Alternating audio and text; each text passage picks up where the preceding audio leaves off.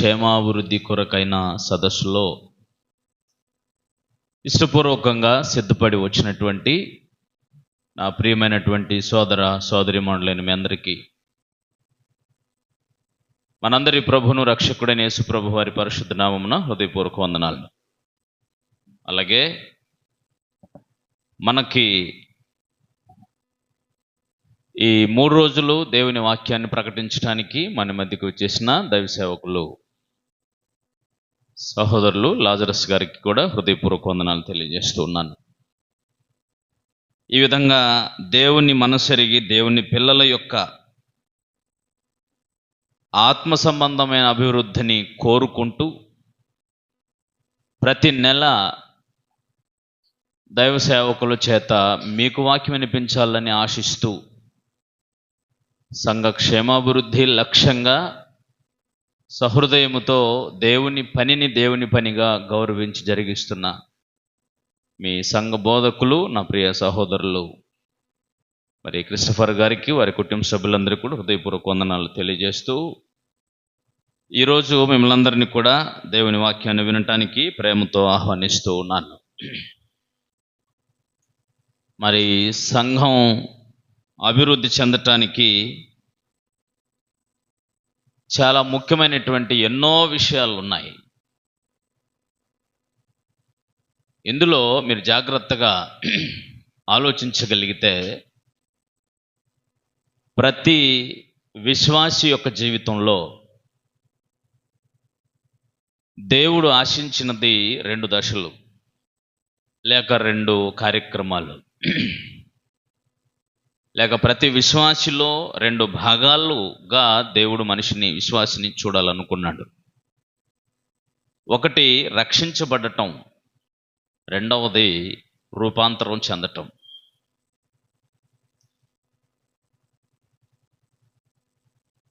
ఒకడు రక్షించబడడానికి ఏమవసరమో అవన్నీ కూడా మనకు మత్తయి, మార్కు, లూకా, యోహాను సువార్తలతో పాటు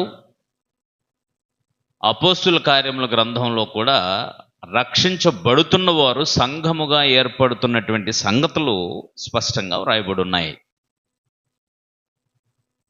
అలాగ రక్షించబడి రక్షణ సువార్తను విని క్రీస్తు ప్రభు యొక్క సంఘములో ప్రవేశపెట్టబడిన తర్వాత దేవుని యొక్క పోలికలోనికి లేక క్రీస్తు స్వరూపంలోనికి లేక మీరు విన్నట్టు రూపాంతరం చెందటానికి అవసరమైనటువంటి సంగతులే పత్రికల సందేశమంతా కూడా. పత్రికల సందేశమంతా రక్షించబడిన వారి కొరకు, పత్రికల సందేశమంతా సంఘముల యొక్క క్షేమాభివృద్ధి కొరకు, పత్రికల సందేశమంతా సంఘములు రూపాంతరం చెందటం కొరకు. ప్రతి మనిషి వ్యక్తిగతంగానూ కుటుంబంగానూ సంఘముగానూ క్రీస్తు రూపంలోనికి, దేవుని పోలికలోనికి రూపాంతరం చెందటానికి వ్రాయబడినటువంటి సందేశమే రోమీయులకు రాసిన పత్రిక దగ్గర నుంచి ప్రకటన గ్రంథం వరకు ఉన్న సంగతులు. కనుక మీరు ప్రతి నెల ఒక కొత్త విషయాలను వినడానికి చాలా అవకాశం కల్పించుకుంటున్నారు. అలాగే వింటున్న దానిలో మీలో క్రమశిక్షణలో కొంత మార్పు వస్తుందని విని చాలా సంతోషిస్తున్నాను. ఎందుకంటే మీలో మార్పు రాకుండా నేను ఎన్ని సంవత్సరాలు వచ్చి చెప్పినా ఏం ప్రయోజనం లేదు. మార్పు అన్నది మనుషుల్లో కనబడకపోతే చెప్పడం వేస్ట్. సామెతల గ్రంథంలో మాట ఉంటుంది, కుమారుడా ఉపదేశము మీరి ప్రవర్తింపగోరితివా, ఏం చేయమన్నాడు? ఉపదేశం వినుట మానుకో అన్నాడు. కాబట్టి ఉపదేశం వినదాని ప్రకారంగా బ్రతకకుండా ఉంటున్నట్లయితే వినేవాళ్ళన్నా వినడం మానుకోవాలి, లేకపోతే చెప్పేవాడైనా చెప్పడం మానుకోవాలి. ఇంకంతే. పౌలు గారు సైతం యూదులైన వారందరూ రక్షించబడాలని హృదయాభిలాషతో వారి మధ్యకే వెళ్ళి చాలా సంగతులు చెప్పాడు. వాళ్ళు వినటానికి విముఖత చూపారు, అంటే ఇష్టపడలేదు. వాళ్ళు ఏం చేశారంటే పౌలు గారు చెప్పిన ప్రతిదానికి అడ్డం చెప్పారు, దూషించారు, హింసించారు. అందువలన అపోస్తలుడు ఏం చేశాడంటే, మొదట మీకు చెప్పాల్సిన అవసరం ఉంది కానీ మీరు వాటిని వినకుండా త్రోసేస్తున్నారు. తద్వారా ఏం జరుగుతుందంటే మిమ్మును మీరే నిత్య జీవానికి అపాత్రులుగా చేసుకుంటున్నారు కనుక మిమ్మల్ని విడిచి అన్ని జనుల దగ్గరికి వెళ్ళిపోతున్నాం అన్నాడు. కాబట్టి వాక్యం మన దగ్గరికి వచ్చినప్పుడే మనం దానిని స్వీకరించాలి. మీకు తెలుస్తుందా? మీరు చాలాసార్లు చదువుకొని ఉంటారు, యెహోవా మీకు దొరుకు కాలమందే ఏం చేయాలట, ఆయనను వెతకండి అన్నాడు. ఆయన దొరికే కాలంలోనే మీరు ఆయన వెతకండి. ఆయన వెతికే కాలం, ఆయన దొరికే కాలం ఏ కాలం? చచ్చిపోయిన తర్వాత? బ్రతికుండగా వెతుకుతున్నారు అందరూ? బ్రతికుండగా అందరూ వెతకట్లేదు. మరి ఏం జరుగుతుంది? మీరు యెహోవా దేవుడు మీకు దొరుకు కాలమందే ఆయనను వెతకండి అని అన్నాడంటే ఏం జరుగుతుంది మరి?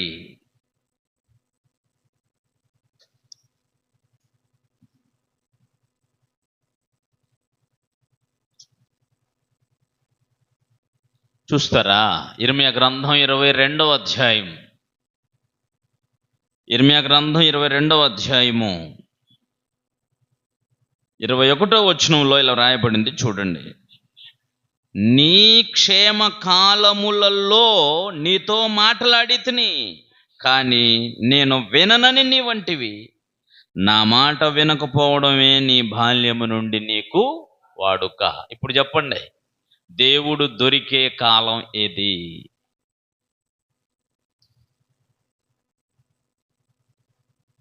మళ్ళా చదవండి, ఏమన్నా అర్థమైద్దామో చూద్దాం.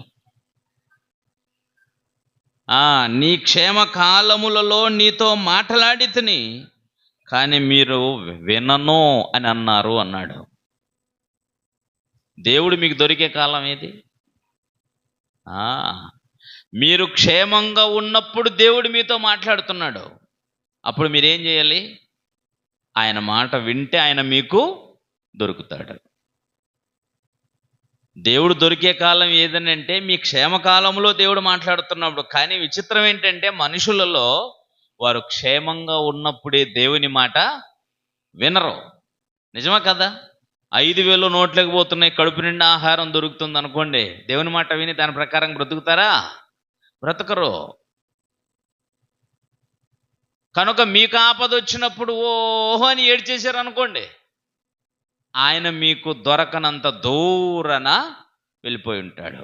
నేను పిలువగా మీరు వినకపోతిరి, నేను చెయ్యి చాపుగా ఎవడనో లక్ష్య పెట్టకపోతిరి, నా బోధ వెనక మీరు వెనక త్రోసేసితిరి కనుక మీరు మొర్రపెట్టినప్పుడు నా చెవుల్ని మూసుకుంటాను అన్నాడు ఆయన. కాబట్టి మీ క్షేమకాలంలో ఆయన మీతో మాట్లాడుతున్నప్పుడు మీరు వినాలి. అదే ఆయన మీకు దొరికే కాలం. కనుక దేవుడు మనకిచ్చినటువంటి అవకాశాన్ని చాలా సద్వినియోగం చేసుకోవాలి. మనం దుర్వినియోగం చేసుకోకూడదు. అలాగ మంచి అవకాశం ఉంది, వింటున్నారు, కొంత మీలో క్రమశిక్షణ అనేది మొదలయ్యింది. ఇంకా మీరు అభివృద్ధిలోనికి, ఆత్మీయ అభివృద్ధిలోనికి రావాలి అని అంటే ఇంకో కొన్ని మార్పులు ఉన్నాయి. వాటిని మీరు ఈ 3 రోజులు వింటారు. నేర్చుకుంటారా? నేర్చుకుంటారా?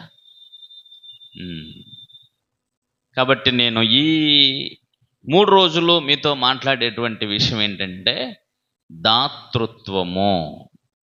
ఏంటిది? దాతృత్వము. చాలా పెద్ద పాఠం. ఈ 3 రోజుల్లో అవ్వచ్చు, అవ్వకపోవచ్చు, పెద్ద పాఠమే. కానీ మీరు నేర్చుకోగలరు. అర్థమైందా? దాతృత్వంలో ఉన్నటువంటి విషయాలు మొత్తం ఎన్ని అని అంటే టైటిల్స్ రాసేసుకోండి. తర్వాత అవసరాన్ని బట్టి నేను వాటిని వివరించే ప్రయత్నం అయితే చేస్తాను. దాతృత్వం యొక్క ఉద్దేశం,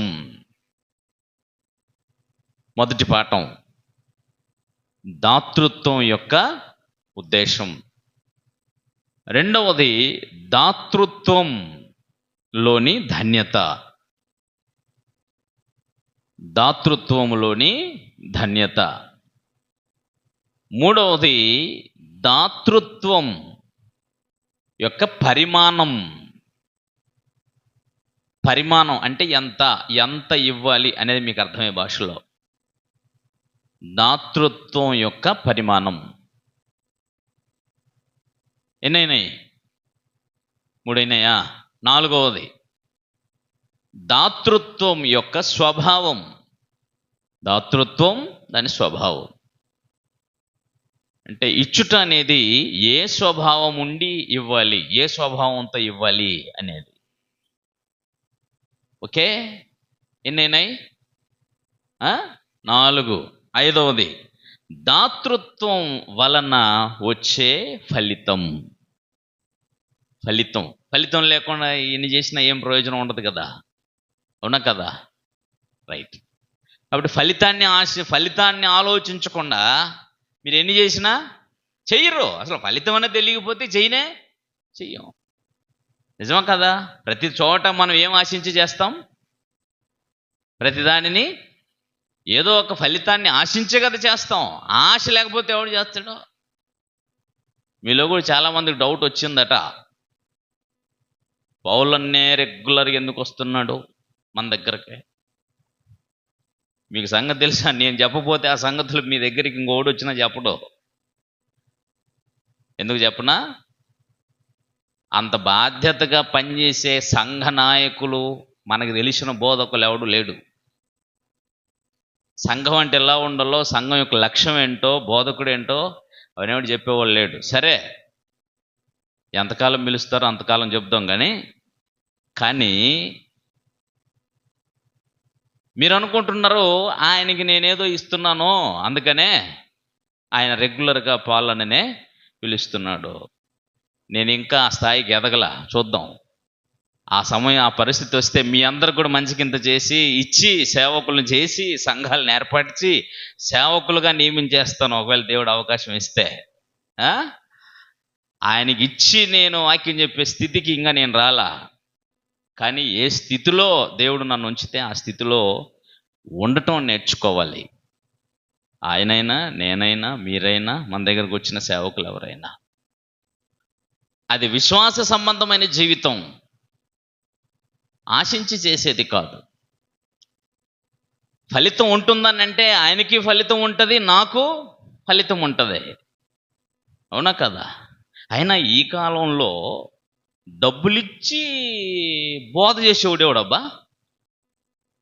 ఇక డబ్బులిచ్చి బోధించే వాళ్ళు ఉన్నారా? డబ్బులు తీసిపోయి బోధించే వాళ్ళు ఉన్నారా? మనలో మాట చెప్పండి సురేష్. డబ్బులు తీసిపోయి డబ్బులు తీసుకోవడానికి బోధించడానికి వస్తారా? డబ్బులు ఇచ్చి బోధించడానికి వస్తారా? మీరు విచిత్రం డివర్స్లో ఉన్నారు మీరు. నేను డబ్బు ఇచ్చి మీ దగ్గర బోధించా, మీరే దొరికారా ఏంటిగా దేశంలో? మీ పాస్టర్కి ఇచ్చినట్టుగా ఇంకో చోట ఇంకెవరికో ఇచ్చేసి ఇంకా కొత్త 50 మందిని పోగేసి వరంగల్లోని సంఘం పెట్టినా. పాస్టర్ల మీటింగ్ మనంతా బైబిల్ కాలేజీలో అయిపోయి ఈ సంఘాలు పెట్టి ఏర్పాటు కాదు మనదే.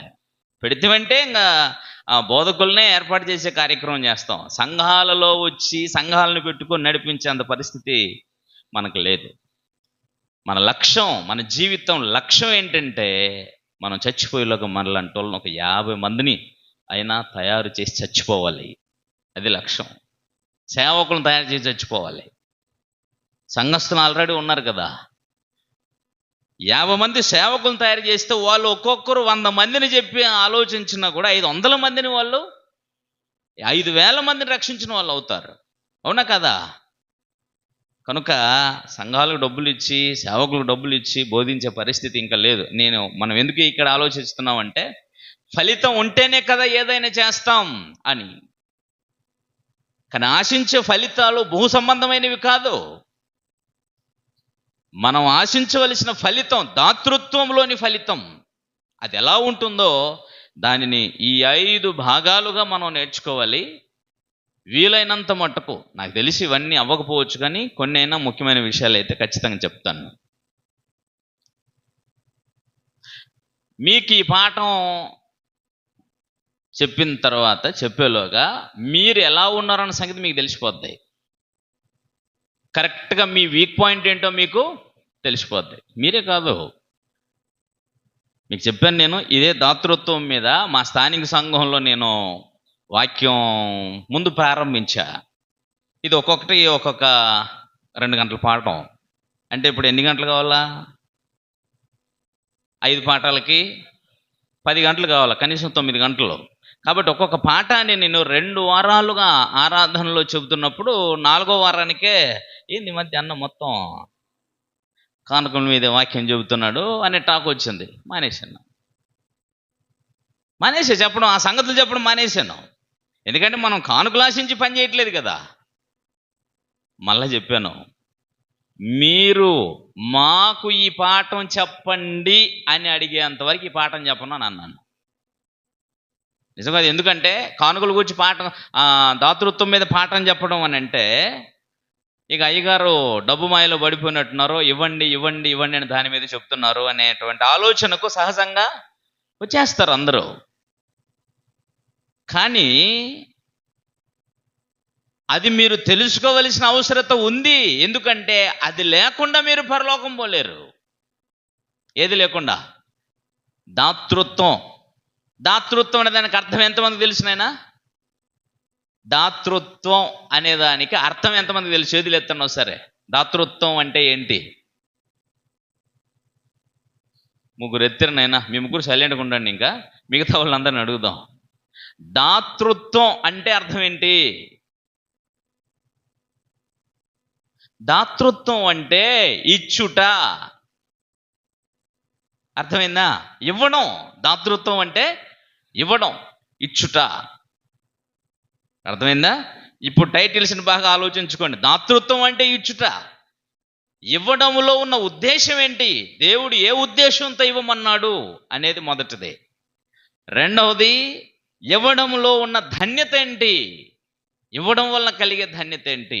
మూడవది, ఇవ్వమన్నాడు కానీ ఎంత ఇవ్వమన్నాడు? నాలుగవది, ఇచ్చేటప్పుడు ఎటువంటి స్వభావముతో ఇవ్వాలి? ఐదవది, ఇవ్వడము వెనకాల ఉన్న ఫలితం ఏంటి? ఇవ్వడం వల్ల కలిగే ఫలం ఏమిటి? అర్థమైందా? రైట్. మంచి అద్భుతమైన పని. ఇవే సంఘాలకు తెలియాల్సిందే. ఓకేనా? వింటారా? ఇది మాకు వద్దులేండి అంటారా? రాత్రి కూడా అడుగుతాను ఈ ప్రశ్న. ఎందుకంటే అవసరం మరి. లేకపోతే ఈ 3 రోజులు ఈ పాఠాల్లో వినాలి అని అంటే ఇంకా ఇవ్వడం ఇవ్వడం ఇవ్వడం, రాత్రి కలలు కూడా అవే వస్తాయి మీకు. అర్థమైందా? గొప్ప పాఠం అది. అయ్యా ఇంకోసారి చెప్పాలనా? రైట్. దాతృత్వం అంటే ఇచ్చుట లేక ఇవ్వడం. మొదటిది ఇవ్వడంలో ఉన్నటువంటి ఉద్దేశం, ఇవ్వడంలో ఉద్దేశం. రెండవది, ఇవ్వడము వలన కలిగే ధన్యత ఏమిటి? ఇవ్వడం వలన కలిగే ధన్యత ఏంటి? నేను చెప్తా, తర్వాత బోర్డు మీద రాస్తాను. కానీ అంటే ఒక్కొక్కటి నేను ముందు టైటిల్స్ ఇచ్చేస్తున్నాను అంతే. ఓకేనా? మూడవది, ఇవ్వడంలో పరిమాణం అంటే ఎంత ఇవ్వాలి? ఇవ్వడంలో ఎంత ఇవ్వాలి? నాలుగవది, ఇవ్వడంలో స్వభావం అంటే ఏ స్వభావముతో ఇవ్వాలి? ఏ స్వభావంతో ఇవ్వాలి? ఇవ్వడం అందరూ ఇస్తారు. తర్వాత ఇవ్వడం వలన కలిగే ఫలితం ఏంటి అనేది, ఇవ్వడం వలన కలిగే ఫలితం ఏంటి? రైట్. ఇక ఈ పాఠం చాలా అద్భుతమైనటువంటి పాఠం కాబట్టి దాన్ని చాలా జాగ్రత్తగా మనము ఆలోచన చేస్తూ ముందుకెళ్తాం. ఇవ్వటం.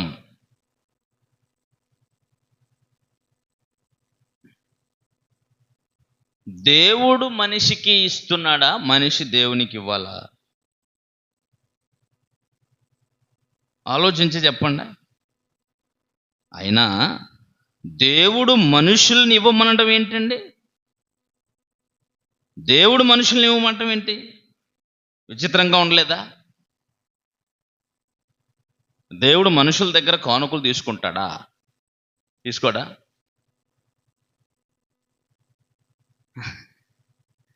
దేవుడు మనుషులను ఇవ్వమనటం ఏంటి?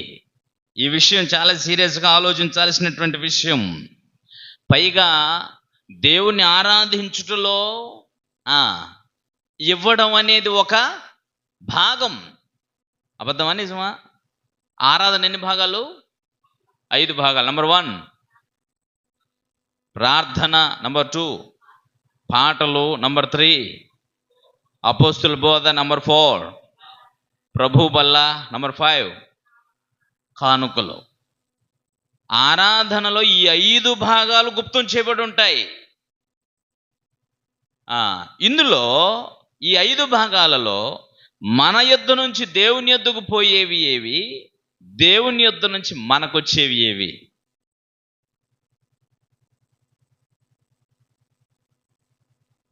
అందరికి అర్థమవుతుందమ్మా? ఒకరిద్దరే చెప్పే సమాధానం కాదు. అందరూ ఆరాధనకు వస్తారు కదా, మరి ఎందుకు వస్తారు? ఆరాధించడానికి వస్తారా, ఊరికి హాజరేయటానికి వస్తారా? హాజరేయటమా, ఆరాధించటమా? ఆరాధించడానికేనా? మరి ఎందుకు వస్తున్నారో మనకు తెలియాలిగా. కనుక ఆరాధించడానికి వచ్చేటప్పుడు మనము ఆరాధనలో 5 భాగాలు గౌరవంగా చేయాలి. అందుకని ఈ ఆరాధనలో 5 భాగాలు మళ్ళీ చెప్తున్నా. నంబర్ 1 పాటలు, నంబర్ 2 ప్రార్థన, నంబర్ 3 అపోస్తుల బోధ, నంబర్ 4 ప్రభు వల్ల, నంబర్ 5 కానుకలు సమర్పించుట. ఈ ఐదింటిలో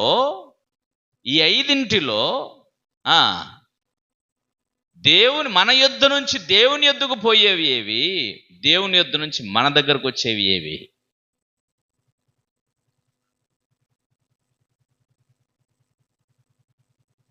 దేవుని యొద్ద నుంచి వచ్చేవో చెప్పండి. ఇందులో 2 పార్ట్సే ఉన్నాయి. దాంట్లో ఈ 5 కలిపి 2 భాగాలే. ఒక భాగం మన యొద్ద నుంచి దేవుని యొద్దకు వెళ్ళేది, రెండవ భాగం దేవుని యొద్ద నుంచి మన దగ్గరికి వచ్చేది. 2 భాగాలు ఉంటాయి. అది చెప్పండి ఇప్పుడన్నా.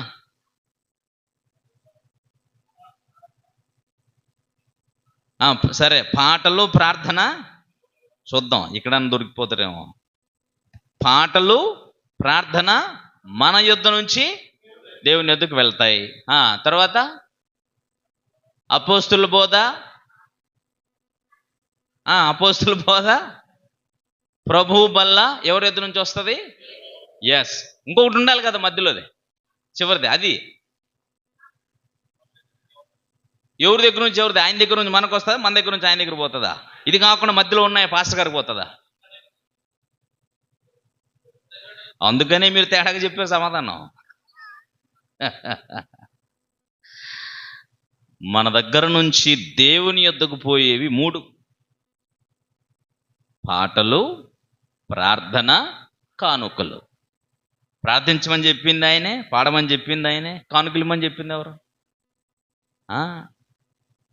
రైట్. కాబట్టి ఈ 3 దేవుని దగ్గరికి వెళ్ళేవి, మన దగ్గర నుంచి దేవుని యొద్దకు వెళ్ళేవి. దేవుని యొద్ద నుంచి మన దగ్గరకు వచ్చేది ఏంటంటే బోధ. ఆత్మ ద్వారా బోధ మన దగ్గరకు వస్తుంది. అలాగే ఆయన కుమారుని యొక్క సహవాసం, ప్రభువుల్లో పాలు పొందటం అంటే ఆత్మ సంబంధమైన రాజ్య సహవాసమును మనము ప్రభువుతో కలిసి అనుభవిస్తాం. అర్థమైందా? ఇట్టి ఆరాధనలో ఈ 5 భాగాలలో కానుకలు అనేది ఒక ప్రధానమైన భాగం. కానీ మనం అందరం ఏం చేస్తామంటే పాటలు బాగా పాడతాము, ప్రార్థన చేయమంటే అరగంట పాడేయగలరు పాట. కానుకలు ఇచ్చే కాడ కానుక ఎంత ఇస్తామా? మీ ముందే అడిగేనా, రాత్రి అడిగేదా? మొహమాటం లేకుండా చెప్పాలి. కానుకలు నోట్లు ఏవి ఎక్కువ పడతాయి చెప్పండి సార్. మా దగ్గర కూడా ఎట్టబడి ఏముంది, మొహమాటం ఏం లేదు. మా దగ్గర కూడా అందరూ 5 రూపాయల చిక్కలు, 10 రూపాయల చిక్కలు మీరు ఎట్టేస్తారని అడుగుతున్నాను. 10లో 20లో. అర్థమైందా? చిల్లర లేరా? మా దగ్గర చిల్లర మానేశారు. పాఠం విన్న తర్వాత చిల్లరలు మానేసారు వాళ్ళు. ఎందుకు అనంటే దేవుడు మనల్ని కానుకలు ఇవ్వమనటం ఏంటి? ఆ విషయం అర్థమైపోతే మన జీవితాలు మారిపోతాయి. అందుకనే పాట ప్రార్థన గ్రేట్గా గొప్పగా చేయగలం. కానుక దగ్గరికి వచ్చేసరికి మన బుద్ధి ఏదో చూపించేస్తా, అంటే మన విశ్వాసం ఎంతుందో తెలిసిపోతుంటుంది అనమాట. దేవునిపై ఎంత ప్రేమ ఉందో అక్కడ తెలిసిపోతుంది. ఇవేంటి ఉచితంగా వచ్చేటివిగా?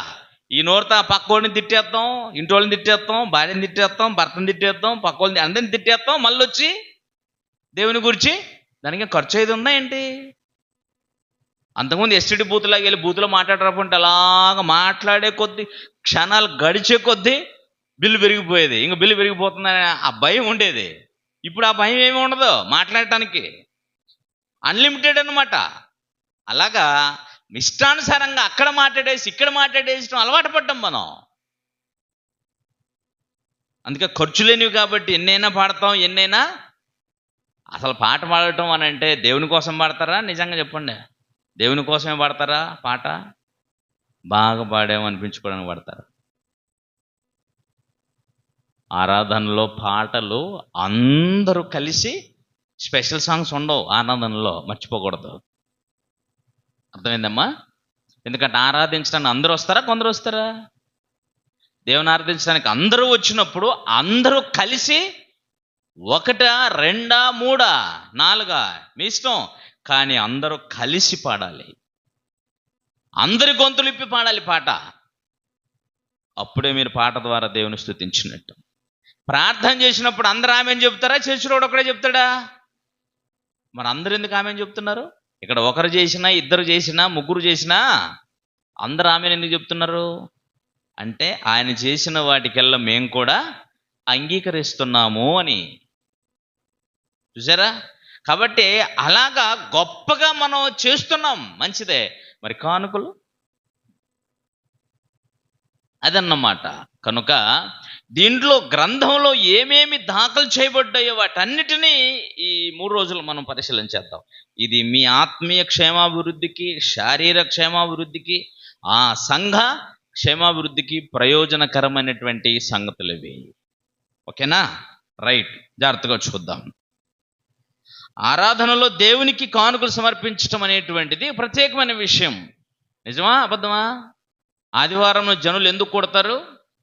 అపోస్తుల కార్యముల గ్రంథం 20వ అధ్యాయం 7వ వచనంలో, అపోస్తుల కార్యముల గ్రంథం 20వ అధ్యాయము 7వ వచనం.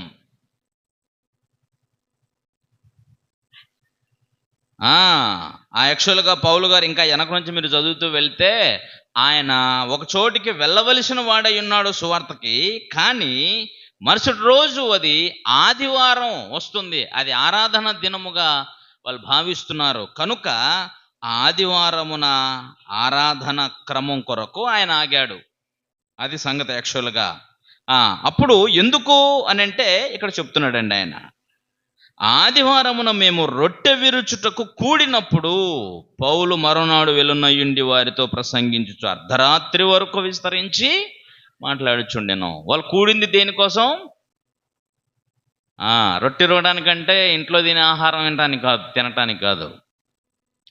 పాపం కొంతమంది ఏమనుకుంటారంటే, ఇక్కడ రొట్టె విరగటం అని అంటే ఆ 2వ అధ్యాయంలో ప్రతి దినము దేవాలయంలో కూడుకుంటూ ఇంటింట రొట్టె విరుచుచూ ఉంటరి అని అంటున్నారే, దాన్ని దీనికి లింక్ చేసేస్తున్నారు. రొట్టె విరగటానికి ప్రత్యేకంగా కాచుకోవాల్సిన అవసరం లేదు కదా, ఎదురు చూడాల్సిన అవసరం లేదు, రొట్టె విరుగుట కూడాల్సిన అవసరం లేదు.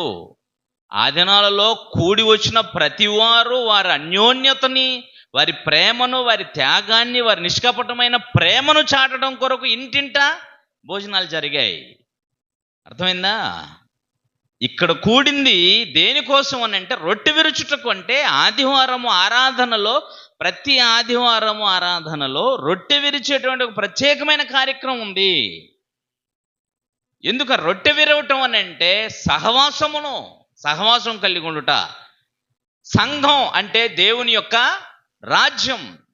ఆ రాజ్యములో ఆ రాజు ఏం చేశాడంటే, తనతో పాటు వాళ్ళందరూ రాజులను చేసి తన భోజనానికి, తన సహవాసానికి వారిని అందరినీ పిలిచాడు. అందుకని సంఘం అంటే దేవుని రాజ్యం. రాజ్యం అంటేనే రాజ్యంలో బల్ల అనేది ఉంటుంది, భోజనపు బల్ల. అది వారి స్థాయికి తగినట్టుగా ఉంటుంది. అందుకని రాజ్యములు ఉన్నాయి అని అంటే మీకు అర్థం అవ్వాల్సినటువంటి విషయం ఏంటంటే, రాజ్యములు అనేవి ఉన్నాయి అని అంటే ఆ రాజ్యములలో ఆ రాజ్యపు బల్లలు ఉంటాయి. మీరు ఏ రాజ్యాన్నైనా చూడండి, మీరు ఏ రాజ్యాన్నైనా చూడండి, లోక సంబంధమైన రాజ్యాలు చూడండి, లేక ఇశ్రాయేలీయుల రాజ్యాలు చూడండి. ఆ రాజ్యాలలో రాజులు ఏం చేసేవారు? వారి అన్యోన్యతని, లేక వారి అధికారాన్ని, వారి స్థాయిని వాళ్ళు వారి బల్లల దగ్గర, బల్లలను బట్టి, భోజన బల్లను బట్టి చాటుకునేవాళ్ళు. కాబట్టి అనర్హులైన వారు రాజుగారితో కలిసి భోజనం చేయరు వాళ్ళ బల్ల దగ్గర. అర్హులైన వారినే పిలిచి భోజనాన్ని పిలుస్తారు. కాబట్టి ప్రభు వాళ్ళ కోసం ఎందుకని చెప్పాను కదా, చెప్పలేదా? చెప్పాను. కనుక అది రాజ్యమును సంబంధించింది. అందుకని ఆ రాజ్యంలో రొట్టె విరిచేటువంటి క్రమం ఉంది. అది ఆదివారం రొట్టె విరిచే క్రమం. అదే ఆదివారాన్ని ఇంకో కార్యం జరుగుతుందట. ఏం జరుగుద్ది? కొరింథీయులకు రాసిన మొదటి పత్రికలోని 16వ అధ్యాయం, కొరింథీయులకు రాసిన మొదటి పత్రికలోని 16వ అధ్యాయంలో మొదటి 3 వచనాలు మనం చదవగలిగితే ఇలా రాయబడింది చూడండి. పరిశుద్ధుల కొరకైన చందా విషయమైతే నేను గలతీయ సంఘములకు అన్నాడా, సంఘమునకు అన్నాడా? అంటే గలతీయ అనేది ఒక రాష్ట్రం. ఆ రాష్ట్రంలో చాలా ప్రాంతాలు ఉన్నాయి. ఆ ప్రాంతాలన్నిటిలో సంఘాలు ఉన్నాయి. అదన్నమాట. గలతీయలో ఉన్న రాష్ట్రములకు, సంఘములకు నియమించిన ప్రకారం అకయ రాష్ట్రంలో ఉన్న కొరంథీలో ఉన్న మీకు కూడా చెబుతున్నాను, దాన్ని అలా చేయండి. ఎలా చేయాలట? నేను వచ్చినప్పుడు చందా పోగు చేయకుండా, అంటే నేను వచ్చినప్పుడు మాత్రమే చందా చేసేది కాదు, ప్రతి ఆదివారమున మీలో ప్రతి వాడును తాను వర్ధిల్లిన కొలది తన యొద్ద కొంత సొమ్ము నిలువ చేయవలెను. ఎప్పుడు? ఆదివారమున. ఏం చేస్తారు? ఆదివారాన్న ఆరాధించడానికి కొడతారు. ఆదివారాన్ని ఇంకేం చేస్తారు? రొట్టె విరవటానికి కొడతారు. ఆదివారాన్ని ఇంకేం చేస్తారు? కానుకలు కూడా సమర్పిస్తారు. ఆ క్రమం చెప్తున్నాను. గలతీలో ఉన్న సంఘాలన్నిటికీ నియమించినట్టుగా ఈ అకయ రాష్ట్రంలో ఉన్న కొరంథీ సంఘమైన మీకు నియమిస్తున్నా. మీరు కూడా అలాగే చేయండి. ఎలాగ చేయండి? ప్రతి ఆదివారమున ఏం చేయండి? మీలో ప్రతివాడు తాను వర్ధిల్లిన కొలది ఏం చేయండి? కొంత సొమ్ముని, వర్ధిల్లిన కొలది కొంత సొమ్ముని దేవుని సంఘంలో ఏం చేయి? నిలువ చేయండి. నేను వచ్చినప్పుడు వద్దు, ఎందుకంటే వాళ్ళకి ఆల్రెడీ ఒక ఉద్దేశాన్ని చెప్పాడు ఆయన. వాళ్ళకి ఆల్రెడీ ఒక ఉద్దేశం చెప్పినాడు. అదంతా మీకు 9వ అధ్యాయం నుంచి కొనసాగుతుంది. సో మీరు దేవుని పనికి ఇచ్చేవారుగా ఉండాలి, ఎవరెవరి కోసం ఇవ్వాలి, ఏ పనులు ఉన్నాయి, ఏ ఉద్దేశాలు ఉన్నాయి, అవన్నీ చెప్పి ఉన్నాడు ఆయన వారికి. అందుకని దానికోసం అవన్నీ దృష్టిలో పెట్టుకొని మీరు ఆదివారమునే వర్ధిల్లిన కొలది ఏం చేయండి? జమ చేయండి. చూసారు ఎంత గొప్పగా ఉందో? ఇంకా సూటిగా చెప్పనా? ఉద్దేశం స్పష్టంగా అర్థమైపోతే మీటింగ్ జరిగినప్పుడల్లా మంచి కింద తీసుకునే పద్ధతే ఉండదు. అర్థమవుతుందా మీకు? మీటింగ్ జరిగినప్పుడల్లా నెలకోసారి మీటింగ్, 2 నెలలకోసారి మీటింగ్ చేసుకున్నాం అనుకో. సో అప్పుడంతా ఏం చేస్తుంటాం మనం? ప్రతి మీటింగ్కి నెలకి ఒక 500, నెలకు 1000, మీటింగ్కి అయినప్పుడల్లా ఒక 1000 రూపాయల, మీటింగ్ అయినప్పుడల్లా ఒక 5000, మీటింగ్ అయినప్పుడు ఒక 10,000, ఇలాగా మంచి కింద వేసుకుందాం అనే క్రమం అనేది కొంతమందిలో కొనసాగుతుంటుంది.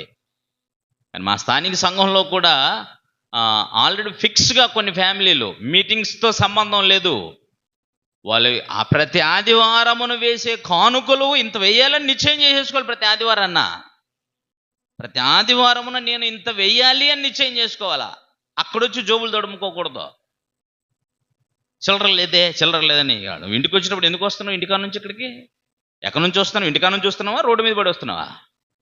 ఇంటి దగ్గర నుంచే కదా వస్తున్నావు. ఎక్కడికి వస్తున్నావు? మరి ఆరాధించడానికి వచ్చినప్పుడు అక్కడ ఏమేమి ఉంటుందో వాటిని సిద్ధపడి రారా?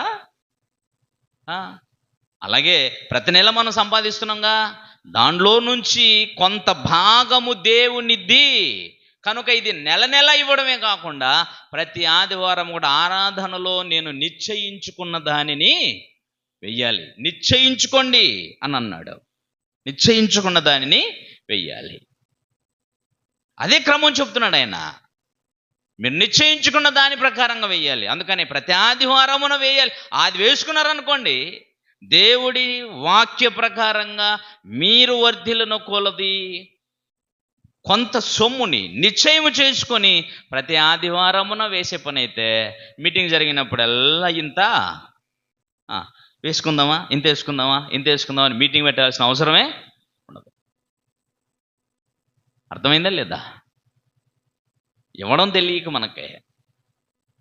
అందుకనే స్థానికంగా ఆరాధనలో మనం అందరం ఏం చేస్తుంటాం, పాటలు గొప్పగా పాడతాం, ప్రార్థన ఎంతసేపు అని చేయగలం. నువ్వు అంత గొప్పోడు, ఇంత గొప్పోడు, అట్ట చేసావు, ఇట్ట చేసావు, కృతజ్ఞతాస్తులు అంటారు, వేల కృతజ్ఞతాస్తుతులు అంటారు. అంతే. ఎన్ని వేల కొలది స్తోత్రములు, కోట్ల కొలది స్తోత్రములు. నీ సొమ్మేం పోయేది? 1000 రూపాయలు 1000 సార్లు రాయిరా బాబు దేవుని కృతజ్ఞతాస్తులు, దేవుని కృతజ్ఞతాస్తులు అంటే కొంచెం కనీసం అర్థం ఏంటి? అది నోరేగా. నిజమా కదండి? పోనీ 1000 సార్లు రాయండి, మహాదేవుడు నాకు ఈ పని చేసినందుకు దేవునికి వేల కొలది స్తోత్రములు. వేల కొలది అన్నప్పుడు నువ్వు 1000 సార్లు దేవునికి స్తోత్రం, దేవునికి స్తోత్రం, దేవునికి స్తోత్రం అని రాయకూడదా? రాస్తారా? అప్పుడు తెలుస్తుంది మీకు దాని విలువ. కానీ అలాంటి కార్యక్రమాన్ని, అలాంటి మాటల్ని ఎంతసేపు పడుతుంది? నిమిషం కూడా పట్టదు. నిమిషంలో వేల కొలది రాసేసుకోండి. దేవుడు అమాయకుడు ఏంటండి? మీరు 1000 రాసేసుకోమంటే రాసేసుకోవడానికి కాదు కదా. అంటే అనాలోచనగా పలికేటువంటి మాటలు. అందుకని ప్రార్థనలోనైనా చెప్పాడండి, నువ్వు దేవుని సన్నిధిని అనాలోచనగా పలుకుటకు నీ నోటిని త్వరపడనీయకమో. అందుకని నీ ప్రార్థనలో కూడా ఆనవాయితీ పదాలు ఉండకూడదు. హృదయపూర్వకంగా చేసేటువంటి ప్రార్థనే ఉండాలి. కానుకైనా అంతే. రైట్? వెళ్దాం ఇక పాఠంలోకి వెళ్తాం. అంతా చెప్పింది ఇంట్రడక్షన్. మీకు పాఠం చెప్పి ఎప్పుడు భోజనానికి వదులుతాయి సార్ అనుకుంటున్నారు కదా. ఆకలి అవుతుంది అందరికీ, ఎట్లేదా? సరే, ఇప్పుడు కూడా ఇంకా ఇంట్రడక్షన్ పాఠం అని చెప్తానే సింపుల్గా. దేవుడు మనుషుల్ని కానుకలు అడగటం ఏంటి అనేటువంటిది విచిత్రమైనటువంటి ఉద్దేశం. ఎందుకో తెలుసండి? ఇందులో చాలా ప్రాముఖ్యమైనటువంటి ఉద్దేశం ఏంటంటే, దేవుడు మనుషునిలో కృతజ్ఞతను చూడాలనుకున్నాడు. ఏం చేయాలనుకున్నాడు? కృతజ్ఞత. దాతృత్వములోని ఉద్దేశం, ఇవ్వమనడములో ఉన్న దేవుని ఉద్దేశం ఏంటంటే, మనలో ఏముండాలి? కృతజ్ఞత ఉండాలి. ఏముండాలి? కృతజ్ఞత. ఇప్పుడు నీ కృతజ్ఞత ఎంతో చెప్పు. ఎంత ఉంది దేవుని ఎడల నీ కృతజ్ఞత? అంటే నీవు దేవుని కోసం దేవుడు నీ కోసం ఏం చేశాడు అనేది నీకు అర్థమైతే, దేవుని ఎడల నువ్వెంత కృతజ్ఞుడై ఉండాలన్న విషయం నీకు తెలుస్తుంది. కానుక అనేది కృతజ్ఞతాపూర్వకమైనది. కృతజ్ఞతాపూర్వకంగా ఇచ్చేది కానుక. నువ్వు కానుక ఇవ్వడం వలన రక్షించబడవు. అర్థమవుతుందా లేదమ్మా? కానుక ఇవ్వడం వలన నీకు రక్షణ ఉండదు. రక్షించబడ్డావు గనుక నువ్వు కృతజ్ఞతాపూర్వకంగా ఏమి ఇవ్వాలి?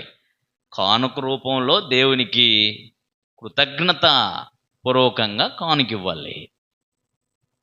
దేవునిలో కృతజ్ఞత కోరుతున్నాడు. దేవుడు కూడా నిన్ను ఆశీర్వదించాను అని చెప్పేస్తే సరిపోద్దా? ఏమని ఇవ్వాలన్నా? ఆశీర్వదించాడని.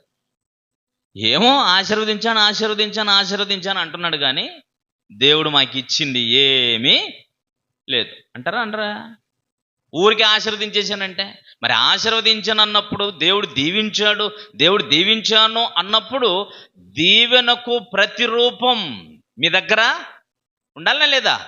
రూపం ఏదో ఉండాలి. దేవుడు నన్ను ఆశీర్వదించాడు అన్నప్పుడు, ఎలా ఆశీర్వదించాడు బ్రదర్ అని అన్నాడు అనుకో ఎవరైనా నిన్ను, అప్పుడు నువ్వు చెప్పగలిగేటట్టు ఉండాలా. ఎలా దీవించాడు, ఎలా ఆశీర్వదించాడండి నిన్ను? ఏమా మీరు దేవుని వల్ల ఆశీర్వదించబడ్డోళ్ళా, శపించబడ్డోళ్ళా? అబద్ధాలు ఆడుకొని చెప్పండి. నిజమేనా? చెప్పండి. అయితే ఎలాగ ఆశీర్వదించబడ్డారో చెప్పండి. అది చాలా పెద్దది. ఇంకేమన్నా చెప్పండి. పోనీ దైవాశీర్వాదంలో ఏమేమి ఉన్నాయో ఏమైనా తెలుసా తెలియదా? ఇట్లాంటివి ఏం చెప్పలేదు కదా సార్ నువ్వు ముందు నుంచి అనంటావా? దైవాశీర్వాదములో దేవుడు ఆదాము హవ్వలను సృజించి ఏం చేశాడు? వారిని 28 చదవండి ఒకసారి. ఆదికాండం 1వ అధ్యాయం 28వ వచనం. ఆదాము హవ్వలు ఇద్దరిని దేవుడు తన స్వరూపంలో సృజించి ఇలా చెప్పాడండి.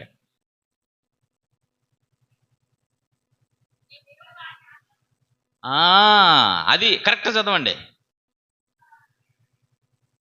అలాగే ఉందా?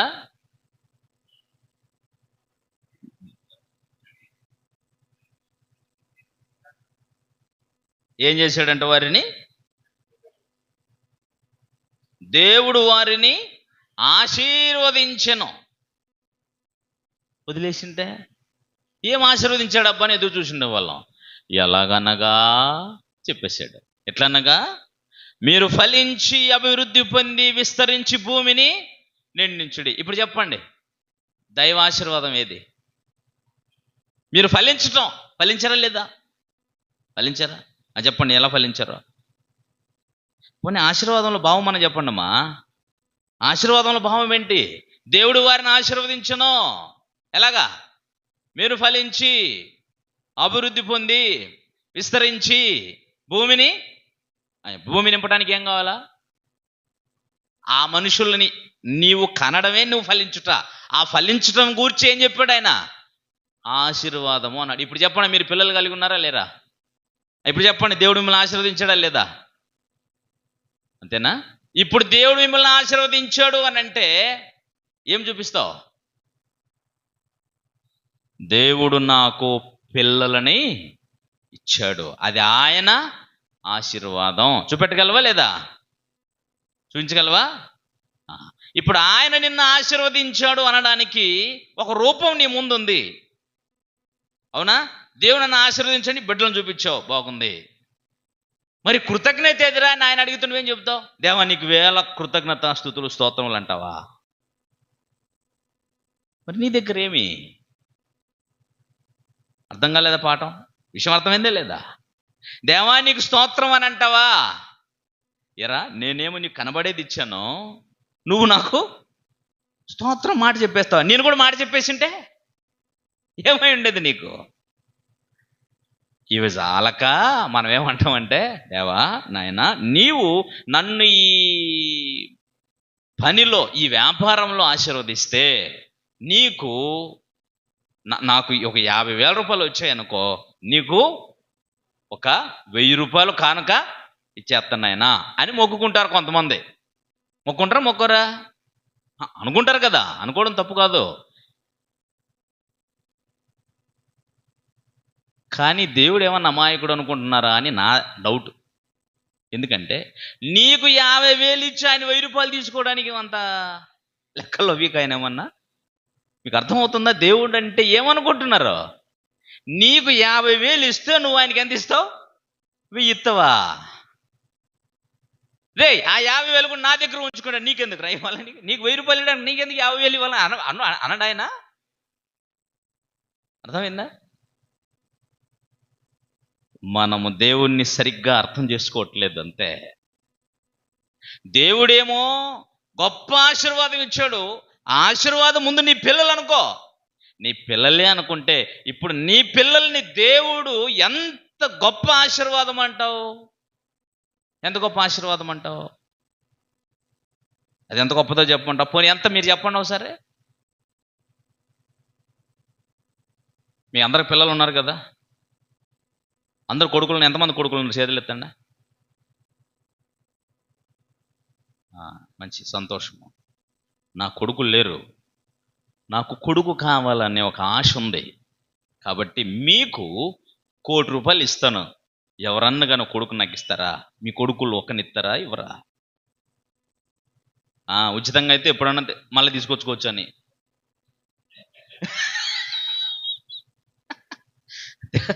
ఉచితంగా అయితేనేమో ఎప్పుడైనా తీసుకొచ్చి నువ్వు ₹1,00,00,000 ఇచ్చేసి అంటే ఇంక మళ్ళీ ఎప్పుడు అటువైపు మీరు తిరిగి చూడకూడదు కదా.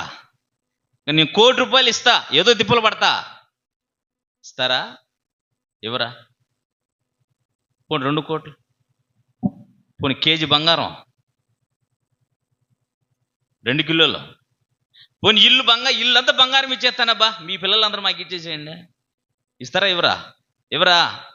ఇదేమబ్బా అంటే అర్థం ఏంటండి? ఈ లోకంలో ఏ సంపద కూడా నీవు కన్న నీ పిల్లలతో సమానం. అర్థమైందా? ఇంత గొప్ప ఆశీర్వాదం నీకు ఇచ్చేస్తే ఇప్పుడు చెప్పు, అది ఇచ్చింది ఎవరు నీకు? అబ్బా నోటి నిండా చెబుతారా, ఏమాత్రం తగ్గరు. కానీ మీరు ఆయనకి ఏమి ఇచ్చారో చెప్పండి నాయన. మీరు ఆయనకి ఏమి ఇచ్చారో? ఇదా కృతజ్ఞత అంటే.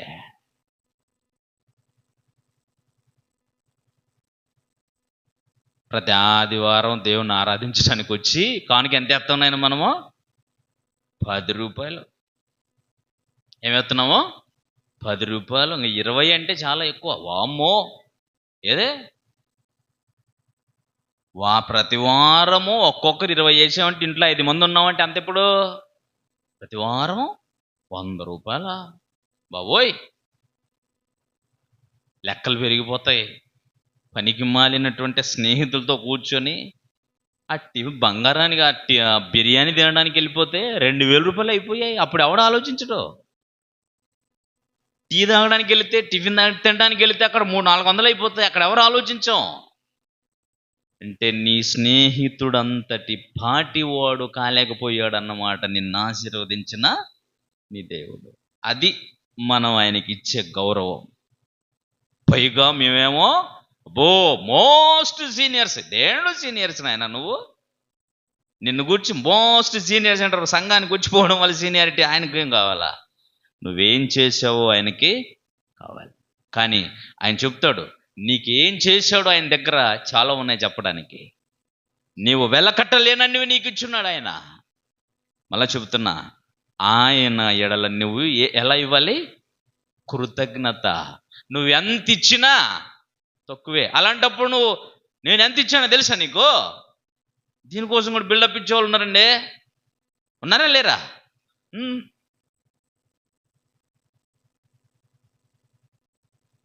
మీ దగ్గరికి సైమన్ బ్రదర్ వచ్చారు కదా, ఆయన పిల్లలు వాదనకు వచ్చారు నా దగ్గర. పాపం మాట్లాడటానికి సంఘంలో ఎవరు తెగించరు. కానీ పాపం వాళ్ళకి ఏదో కావలసి ఉంది. ఆ పప్పులేం ఉడకోనాయన అని చెప్పేశాను. సో వాళ్ళు కోరేది ఏంటనంటే, ఇదిగో మేమందరం ఈ చర్చి బిల్డింగు ఒక్కొక్కరు ఇంత చేసి కట్టాం, నువ్వు నీ ఇష్టమైన నిర్ణయాలు జరిగించడానికి కదని అన్నారు. ఎవరు ఎంత ఇచ్చారు నాయనా అని అన్నా. దానికోసం ఆ చర్చి బిల్డింగ్ కట్టడం కోసం దాదాపుగా 120 మంది ఇచ్చారు. ₹1,00,000 ఇచ్చిన వాళ్ళు ఉన్నారు. కానీ వాళ్ళు ఇచ్చింది ఎంత తెలుసా? 50,000. ఎంత చెప్పేశాను నాయన, నువ్విచ్చే ₹50,000 ఒక పిల్లర్ కూడా పడదరా? అవునా కదా? అంటే వాళ్ళ ఉద్దేశం ఏంటనమాట? 50,000 ఇచ్చామంటే చాలా ఇచ్చేసాం. మీరు దేవుని వలన ఎంత పొందారో చెప్పండి రా నన్ను. మీరు దేవుని వలన మేమేమీ పొందలేదు అని అంటే, మళ్ళీ అది చెప్పాను, ఇది కట్టడానికి మీరు ఇచ్చారంటే ఇది కుల సంఘం కాదరా నాయనా. ఎవరికి ఇచ్చావు నువ్వు? నాకు ఇచ్చావా? ఎవరికి ఇచ్చావు? నువ్వు దేవునికి ఇస్తే ఎక్కడ అడగాల? నా దగ్గర చెప్తావేంటి? దేవుని మందిరానికి నిర్వాహకుణ్ణి, నిజమా కదా? నిర్వాహకుడు నేనైనప్పుడు పూర్తిగా నీ దైవ సేవకుడు బోధకుడు నిర్ణయించిందే సంఘంలో జరగాలి అంతే. సంఘానికి బోధకుడు అనేవాడు ఉన్నట్టు ఎందుకున్నాడు అనుకుంటున్నారు? కానీ అక్కడ ఎంత ఇచ్చామంటే వాళ్ళ ఉద్దేశం, నీకు ఎగ్జాంపుల్ చెబుతున్నాను మీకు, ₹50,000 ఇచ్చున్నాం అంటే వాస్తవానికి అక్కడ సంఘంలో ఇచ్చిన వాళ్ళు వీళ్ళు ఎక్కువ అని అనుకుంటున్నారు. కానీ ₹1,00,000 ఇచ్చిన వాళ్ళు ఉన్నారు. ₹50,000, ₹10,000, ₹20,000 పనులు అవ్వో. కానీ మీరు దేవునికి ఇచ్చారు. దేవునికి ఇచ్చే లెక్కలు చూస్తున్నారంటే ఇప్పుడు దేవుడి వల్ల మీరేం పొందారు? ఏం పొందలేదా? మీరేం పొందలేదనండి. మీరు ఇచ్చిన డబ్బులకి వడ్డీతో పాటు తీసుకుని వెళ్ళిపోండి. అంతేనా కదా? మీరేం ఆశించి వచ్చారో, ఏం ఆశించి ఇచ్చారు దేవునికి? అంటే దేవుడు మీకు ఏది ఇవ్వలేదు కనుక మీరు ఇస్తేనే కానీ దేవుడు తన పని చేసుకోలేడు అని అనుకుంటున్నారా? దేవుడు అంత బలహీనుడు అనుకుంటున్నారా? దేవుడు చేతకానివాడు అనుకుంటున్నారా? దేవుడు మిమ్మల్ని అడుక్కునేటువంటి భిక్షగాడు అనుకుంటున్నారా? మీరు దేవునికి ఇవ్వాల్సింది కృతజ్ఞత పూర్వకంగానే తప్ప అతిశయించటానికి కాదు. అతిశయం కాదు అక్కడ, కృతజ్ఞత. నీవు పొందిన ఈ బహుమానములు మాత్రమే కాదు, నీకు ఇచ్చినటువంటి ఆశీర్వాదములు చాలా గొప్పవి. అసలు నీ పాప ప్రాయశ్చిత్తానికి నువ్వేమి ఇవ్వగలవు చెప్పు? నీ పాప విమోచన క్రయధనం ఎంతో నీకు తెలుసా? నీకు తెలుసమ్మా? ఎవరికైనా తెలుసా నాయనా? నీ పాప విమోచన క్రయధనం ఎంత? నువ్వు చావడం. ఏంటిది? నువ్వు పాపం చేసావంటే నువ్వు విమోచించబడేది ఏముండదు, నువ్వు చావడమే. ఏమి తీసుకొని వచ్చి నీవు యెహోవాను దర్శింతును? ఏమి తీసుకొని వచ్చి నేను ఆయనను చూడాలి? కాబట్టి నేను ఆయన సముఖానికి వెళ్ళాలి అనంటే వేల కొలది పోటేళ్ళ, ఏడాది దూడల, వేల కొలది పోటేళ్ళ, ఇంకా వేలాది నదులంతా విస్తార తైలమా? ఇవన్నీ కాదు. ఇవన్నీ ఆయన సంతోషం కలుగుజేయినా? నీ సమస్య ఎంతో చెప్పు అని అడిగితే ఆయన అక్కడ చెప్పాడు, నా పాప పరిహారము నిమిత్తము నా జ్యేష్ఠపుత్రుణ్ణి నేను ఇత్తునా,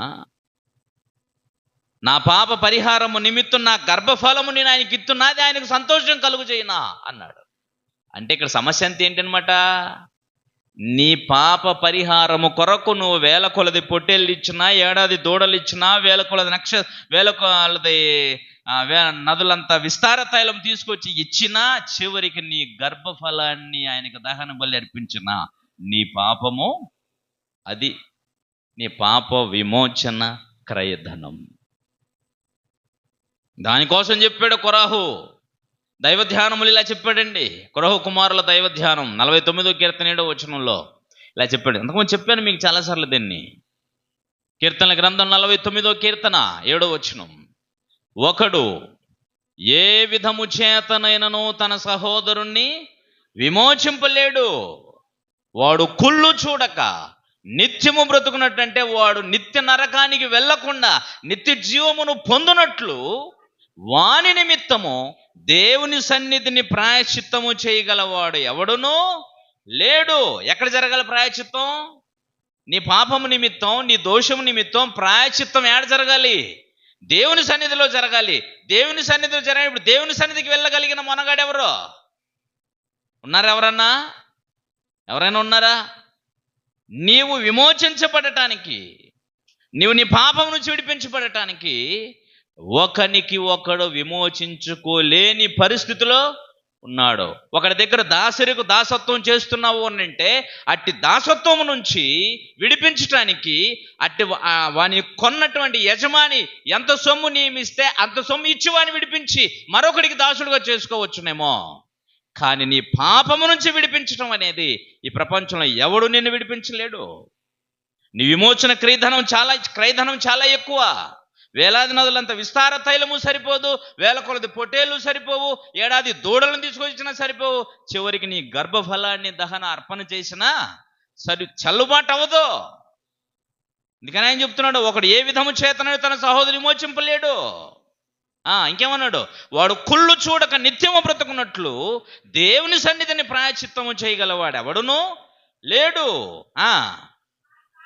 ఎందుకు అనంటే వాని ప్రాణ విమోచన క్రయధనము బహు గొప్పది, అది ఎన్నటికీ తీరేదే కాదటది. నీ పాపము నుంచి, దాని వలన వచ్చే మరణము నుంచి, అదే కుళ్ళు చూడకంటే మరణం అని, కాబట్టి నీ మరణము నుంచి నిన్ను విడిపించడానికి భూమి మీద ఎవడూ సరిపోడు.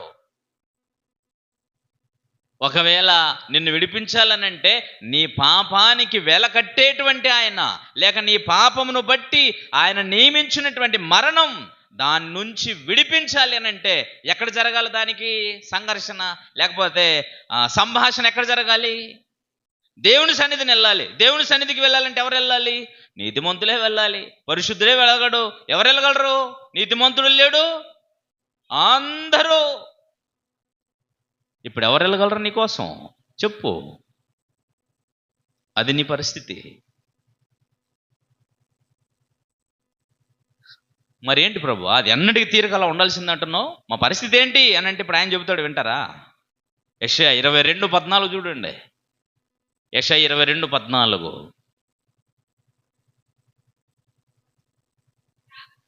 కాగా ప్రభువును సైన్యములకు అధిపత్యగు యెహోవా నాకు ప్రత్యక్షుడై నాకు అందంగా స్పష్టంగా వినబడేటట్టుగా చెప్పినది ఏమిటంటే, మీరు మరణము కాకుండా మీ దోషమునకు ప్రాయశ్చిత్తము. అది సంగతి. ఇప్పుడు చెప్పండి, నీ పాప పరిహారము, నీ దోషమునకు ప్రాయశ్చిత్తము జరగాలి అని అంటే నీ మీద నీ పాపం ప్రభుత్వం చేయకుండా ఉండాలి. నువ్వేమైపోవాలన్నమాట? నువ్వు చచ్చిపోవాలి అంతే. నీ పాపానికి ప్రతిఫలం ఏంటి? నువ్వు చావడమే.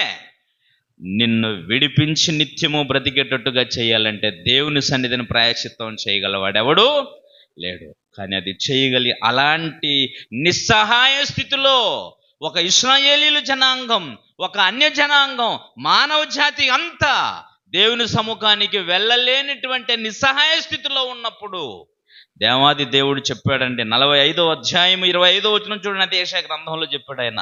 43:25 అనుకుంటాను. చూడండి ఒకసారి. 43:25. నేనే జోక్యం చేసుకొని నీ దోషమునకు ప్రాయశ్చిత్తం చేయకపోతే నీకు వేరే దిక్కు లేదు నాయన అన్నాడంతే. నేనే నా చిత్తానుసారముగా నీ అతిక్రమమును తుడిచివేయుదును. నేను నీ పాపములను తుడిచేసిన తర్వాత ఇక ఎన్నడూను నీ పాపములు నేను జ్ఞాపకము చేసుకోను. ఇప్పుడు ఈ విధంగా ఎప్పటికీ నీ పాపములు జ్ఞాపకం చేసుకోకుండా ఉండగలిగేటట్టుగా నీ అతిక్రమాన్ని తుడి చేయాలి అని అంటే ఆయనే ఆయన చిత్తానుసారంగా ఏదో చెయ్యాలి. ఏం చేశాడు? రోమపత్రిక 8వ అధ్యాయం. రోమపత్రిక 8వ అధ్యాయం 3వ వచనం చూడండి. 2వ వచనం చదువుదాం. మొదటి నుంచి చదివేద్దాం. రోమపత్రిక 8వ అధ్యాయం మొదటి నుంచి. కాబట్టి ఇప్పుడు క్రీస్తు యేసునందున్న వారికే శిక్షా విధియు లేదు. క్రీస్తు యేసునందు జీవమునిచ్చు ఆత్మ యొక్క నియమము పాప మరణముల నియమము నుండి నన్ను విడిపించెను. ఎలయనగా అంటే ఎలాగంటే ధర్మశాస్త్రం దేన్ని చేయజాలకపోయేనో. ఎవరు చేశారు? అది చేశాడు, ఆయన చేశారట. ఎవరు చేశారు? ధర్మశాస్త్రం ఏం చెబుతుంది? పాపం చేసిన వాడు చచ్చి తీరాలి. అదే ధర్మశాస్త్రం చెప్పేది. అందుకనే దానికి ఒక మరణ కారణమొక పరిచర్య ఉంది. 2 కొరింథీ 2వ పత్రిక 3వ అధ్యాయం 6-7 వచనాల్లో. అది మరణ కారణమొక పరిచర్య. నీకు శిక్షావిధికి కారణమొక పరిచర్య అంటాడు దానిని, ధర్మశాస్త్రాన్ని. కనుక ధర్మశాస్త్రం ఏం చేయదంటే నీకు క్షమాపణ ఇవ్వదు. దేవుని చట్టం ఉంది అందులో. అందుకని ధర్మశాస్త్రం దేన్ని చేయజాలకపోయానో దానిని దేవుడు చేశాను. ఎలా చేశాడో చెప్తున్నాడు. శరీరం అనుసరింపక ఆత్మను అనుసరించి నడుచుకున్నమని యందు ధర్మశాస్త్ర సంబంధమైన నీతి విధి న్యాయం నెరవేర్చబడవలనని దేవుడే ఆయన చిత్తానుసారంగా ఆయన కుమారుని పాప శరీరాకారముతో పంపెనో అలా పంపి ఆయన శరీరమందు పాపమునకు శిక్ష ఇది జరిగింది. ఇప్పుడు చెప్పు, నీ పాపము నుంచి నిన్ను విడిపించటానికి నువ్వెంత ఇవ్వగలవు చెప్పు? ఏమన్నా ఇవ్వగలవా? నీ గర్భఫలం దేవుని ఆశీర్వాదం, నీ పాప విమోచన దేవుని ఆశీర్వాదమే. అది ఎలాగంటారేమో. అపోస్తుల కార్యం 3వ అధ్యాయం 26వ వచనం చూడండి. అపోస్తుల కార్యం 3వ అధ్యాయం 26వ వచనం. ఎందరు ప్రవక్తలు ప్రవచించరో వారందరూ ఈ దినాన్ని గురించి ప్రవచించరు. తప్పు చదువుతున్నావు నేను నువ్వు. దేవుడు తన సేవకుని పుట్టించి మీలో ప్రతి వానిని వాని దుష్టత్వము నుండి మళ్లించటము వలన మిమ్మును ఆశీర్వదించుటకు ఆయనను మొదట మీ యొద్దకు పంపెనని గుర్తుంచుకోండి. అర్థమైందా? ఇప్పుడు చెప్పండి, మిమ్మల్ని ఆశీర్వదించటం అంటే ఏంటన్నమాట? మరల ఇక్కడ మీ దుష్టత్వము నుంచి, మీ పాపము నుంచి, దాని వలన వచ్చిన మరణము నుంచి మిమ్మును విడిపించటం. ఇప్పుడు చెప్పు, ఇది ఆశీర్వాదం. నీ బాహ్య సంబంధమైన ఆశీర్వాదం ఆయన ఇచ్చిందే, నీ ఆత్మ సంబంధమైన సమస్యను తీర్చడానికి తన కుమారుడు క్రీస్తుని నీ కోసం ఇచ్చింది ఆయనే. అందుకని నేనే నా చిత్తానుసారంగా నీ అతిక్రమమును తుడిచివేయుచున్నాను. అలాగా నా కుమారుడు క్రీస్తు శరీరంపై పాపమునకు శిక్ష జరిగిన తర్వాత ఆయన రక్తముతో చేయబడిన క్రొత్త నిబంధనను బట్టి ఇక ఎన్నడను నీ అతిక్రమాన్ని జ్ఞాపకము చేసుకును. నేనే నా అంతటి నేనే ఈ విషయాన్ని జోక్యం చేసుకుని నిన్ను విమోచించకపోతే నిన్ను నీవు విమోచించుకోలేవు, నీ కొరకు మరొకడు నిన్ను విమోచించలేడు. ఇది నీ స్థితి. ఉచితంగా దేవుడు నిన్ను విమోచిస్తే ఇప్పుడు చెప్పు, నువ్వు ఆయన ఎంత కృతజ్ఞతను చాటగలవు? ఆయనైతే ప్రేమ, కృతజ్ఞత కాదు, అది ప్రేమ చేత నీ కొరకు తన దైవత్వంలో ఎన్నడూ విడనాడనటువంటి తన కుమారుని నీ కొరకు కాదనుకుని సెలవులో ఇచ్చేసాడే. మరి నువ్వేమి ఇస్తావు? ఇచ్చాను ఆ రంగు కాగితాలని 10, 25 వేసేసి అమ్మో నేను దేవునికి చాలా. ఏంటయ్యా ఇచ్చింది? ఏంది ఇచ్చింది? తెగించి ప్రతి ఆదివారమున నేను దేవునికి ఖచ్చితంగా ఒక 200, 300 ఖచ్చితంగా వేసి తీరాల్సిందనే నిర్ణయము తీసుకో చేతగాని బలహీనుడు నువ్వు. అలాంటి నీవు ఇప్పుడు దేవుని కోసం నేను ఏదో ఇచ్చేస్తానని మాట్లాడక సాధ్యపడుతుందా? వీలవుతుంది చెప్పండి. అందుకనే మన రక్షణ గురించి ఆయన మాట్లాడినప్పుడు ఇలా చెప్పాడు. ఎఫెసు పత్రిక 2వ అధ్యాయం, ఎఫెసులకు రాసిన పత్రిక 2వ అధ్యాయము 7 అనుకుంటాను, 8 చూద్దాం. మీరు విశ్వాసము ద్వారా కృపచేతనే రక్షించబడితిరి. ఇది మీ వలన కలిగింది కాదు, దేవుని వరమే. అది క్రియల వలన కలిగింది కాదు గనుక ఎవడును అతిశయపడ వీలులేదు. ఇది మీ క్రియల వలన కలిగింది కాదు, ఇది మీ త్యాగాల వలన కలిగిన కార్యం కాదు. ఎలాగట మరి? ఆయన కృపచేతనే ఉచితముగా మీరు రక్షించబడ్డారు. ఆయన కృప ద్వారా రక్షించబడ్డారు. మీరు దానికోసం చేసిందేమీ లేదు. అందుకనే ఆయన చెప్పాడు, ఏమన్నాడండి?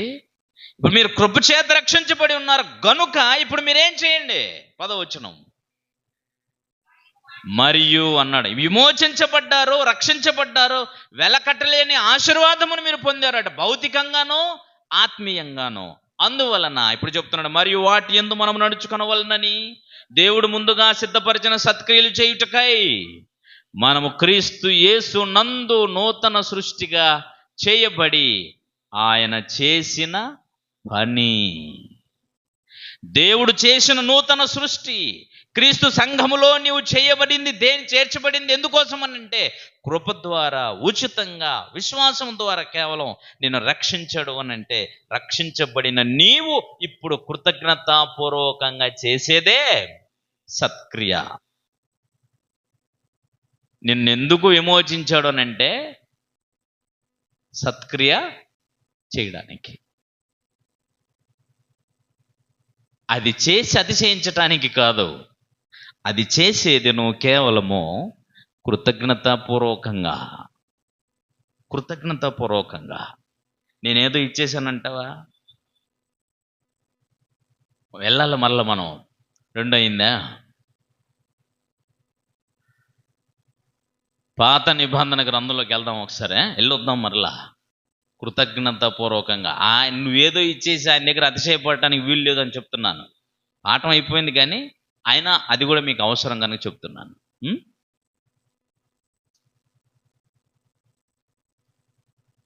కీర్తనల గ్రంథంలోని 50వ కీర్తన,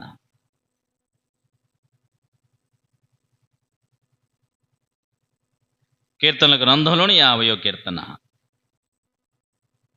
7వ వచనంలో, నా జనులారా నేను మాట్లాడబోచున్నాను, ఎవరు మాట్లాడుతున్నారు ఇక్కడ? కొన్ని కీర్తనలో సాక్షాత్తు దేవుడే మాట్లాడుతుంటాడండి.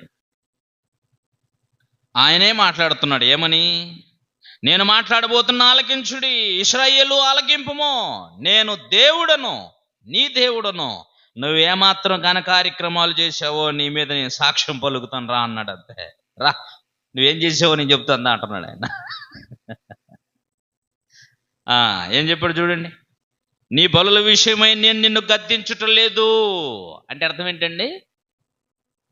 అంటే బలులు బాగా ఇస్తున్నారనా, తేడాగా ఇస్తున్నారనా? నీ బలుల విషయమై నేను గద్దించటం లేదు, నీ దహన బలులు నిత్యము నా ఎదుట కనబడుతున్నావు, ఎలాంటి మనసుతో ఇస్తున్నావు, ఎలా ఇస్తున్నావు అనే సంగతి నాకు బాగానే తెలుసు అంటున్నాడు.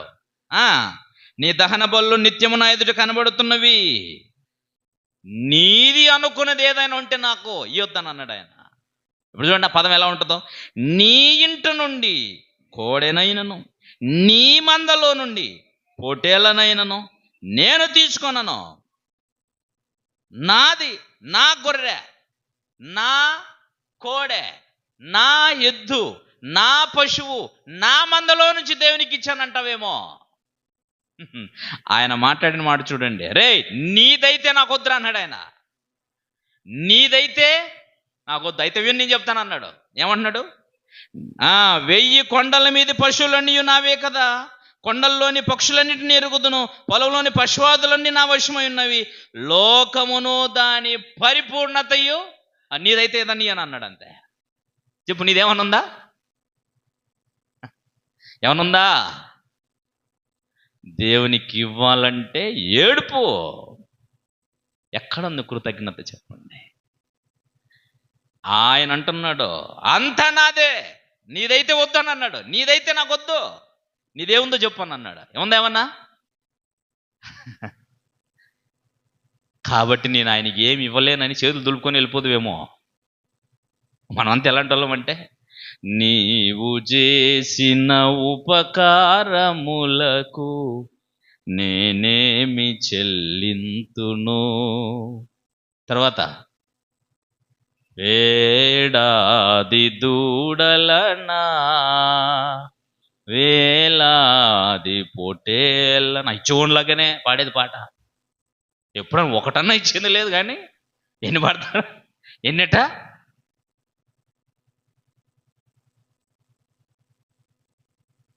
ఏం ఇవ్వలేం కాబట్టి ఇప్పుడు ఏం చేద్దాం?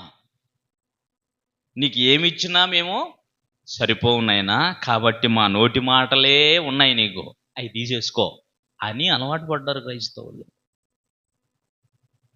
నిజమా కదా?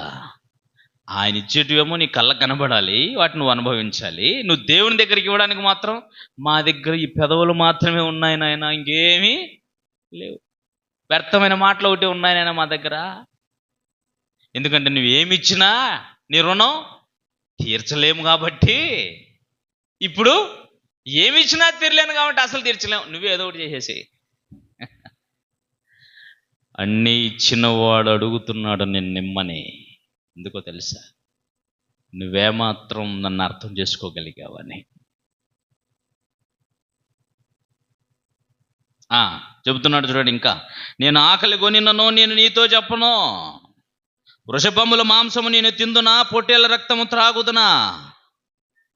నువ్వు ఇచ్చేటివి తినేసేటివి తాగేయడానికి నేనేమన్నా మనిషినా? విస్తారమైన మీ బలులు నాకేలా? ఇమ్మన్నది నేనే, కానీ మీరు నాది అనుకొని తీసుకొస్తున్నారు చూసావా? మీదైతే నాకు అసలే వద్దు. మీరు ఏదైనా ఇస్తున్నారంటే ఇప్పుడు మీకు ఏమర్థమైపోవాలా చెప్పండి? ఇప్పుడు మీకు ఏమర్థమైపోవాలా? మిమ్మల్ని దేవుడు ఏదైనా ఇమ్మన్నాడంటే ఎవరిది ఇస్తున్నావు? ఆయన ఇవ్వడానికి ఎందుకయ్యా అంత బాధ నీకు? అదే ముందే చెప్పాను, ఆయనే 50,000 రూపాయలు ఇచ్చి నీ దగ్గర 1000 రూపాయలు తీసుకునే అంత పరిస్థితి ఎందుకు ఆయనకి? మొత్తం ఆయన దగ్గర పెట్టుకుంటే గొడవలేదుగా. నేను ఇమ్మన్నాడు అని అంటే నీలో ఆయన ఏం చూడాలనుకున్నాడు? ఇది నువ్వు ఎంత ఇవ్వగలవో చెప్పిక. కృతజ్ఞత పూర్వకంగా నువ్వు పొందిందేందో నీకు తెలియాలి, ఎవరిది ఏమి పొందావో నీకు తెలియాలి. అప్పుడే నీకు దాంట్లో ఏముంటుంది. మీకు అర్థమైందా? మొదటి పాటలోనే ఇది 5 పాయింట్లలో ఒక పాయింట్ మీకు చెప్పింది ఇప్పుడు నేను. అర్థమైందా? మొదటి పాయింట్ ఏంటిది? దాతృత్వంలోని ఉద్దేశంలోని 5 ప్రత్యేక పాయింట్లు ఉన్నాయి. ఈ 5 పాయింట్లు ఒక పాయింటే చెప్పాను మీకు. కృతజ్ఞత. ఇది కృతజ్ఞతాపూర్వకంగా దేవునికి ఇచ్చేది కానుక. ఓకేనా? రైట్, తినేసి రండి, తర్వాత చూద్దాం. ఇప్పుడు చెప్పండి, కానుకలు దేవుడు మనల్ని కోరటం ఏంటి అని అంటే, ఆయన అలా కోరటం వెనకాల నీ మనసు ఏంటో ఆయన తెలుసుకోవాలనుకున్నాడు. అన్నీ ఆయనే ఇచ్చాడు మీకు. కానీ నువ్వు నాదంటావా, నాదే అంటావా? నాదని నువ్వు అంటావా, లేక నాదని నాకు తీసుకొచ్చి ఇస్తావా?